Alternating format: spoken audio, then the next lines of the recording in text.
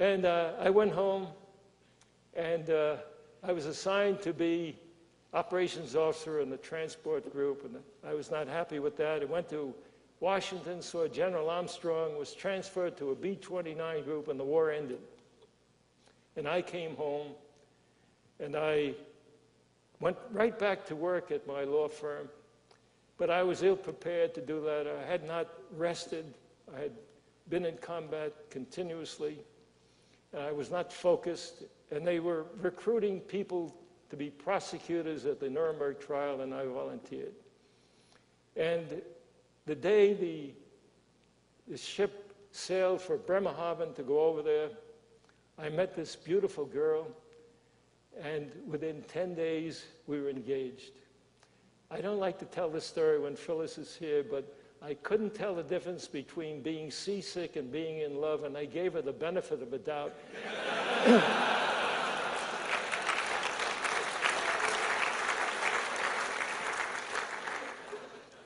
We stayed in Nuremberg, and it brought closure to me to see those defendants there who have been so powerful and done so much damage. 50 million people killed in World War II, cities and towns wrecked, families wrecked. To see them at the dock, powerless, that did bring closure to me. Now, Phyllis has some interesting stories to tell about the work she did with I.G. Farben, which set up a plant near Auschwitz and Belsenbergen. But I'll let her tell that story to the group that we meet at lunch, I guess. And somehow Phyllis became pregnant, and we wanted our daughter to be born in the U.S., and we returned home. And I must say that when I was so provincial when I joined the Air Corps.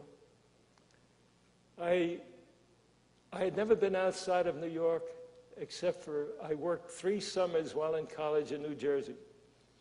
And then in service, I met people from all over the country, from different backgrounds, and I understood the fabric that makes up America, the values of America.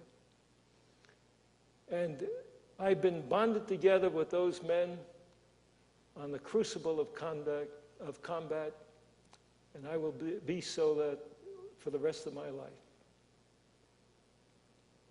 I've been blessed to have had the opportunity to serve. Thank you.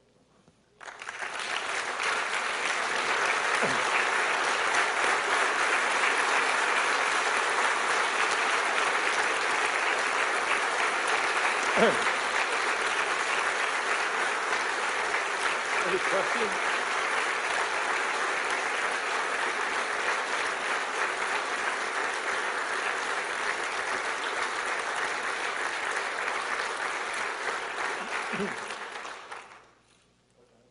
Oh, are there any questions? All except Phyllis. I don't want to hear from her. Good. No questions. Meeting over. Thank you. Okay, thank you. On behalf of the class of 2005, we'd like to present you with your speaker's presentation here. Scott Thatcher, Major Scott Thatcher. Thank you very much, sir. That's great. Thanks so much. We've also got some late-breaking news, sir. We've been informed, it seems that you have a birthday coming up tomorrow. Yes, I do. Colonel Rosenthal's 88th birthday is tomorrow. Please join me in wishing him a happy birthday. Okay. Oh! What do I do? Thank you. You hold it. Help me out here. Happy birthday. Oh, no. Happy birthday to you. Happy birthday, dear Rosie. Happy birthday to you. Thank you. Thank you.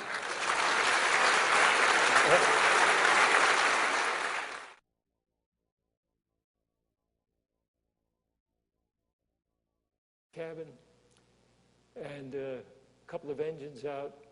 we proceeded to lead, dropped our bombs, and then were forced to turn the lead over to the deputy. And we turned, I ordered the navigator to turn us eastward because we had been briefed that morning that the Russians had crossed the Vistula in Poland and were approaching the Oder, which was 50 to 75 miles east of Berlin.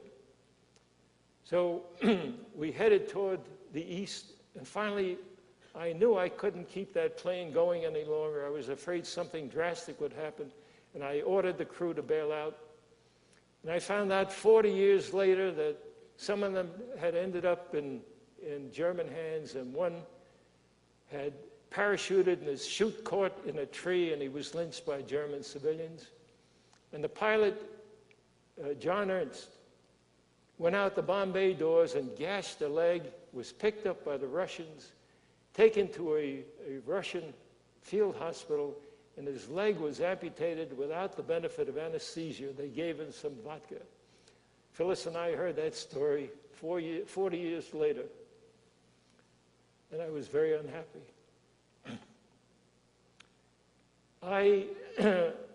I finally left the controls of the plane, and the plane went into a spin, and I was pinned by this centrifugal force, and I couldn't move. I felt that I was in quicksand. I had to force myself inch by inch to leave the cockpit, to go down to the front hatch, and finally I pushed my way out and came out, and I opened my chute, and I thought I was in heaven.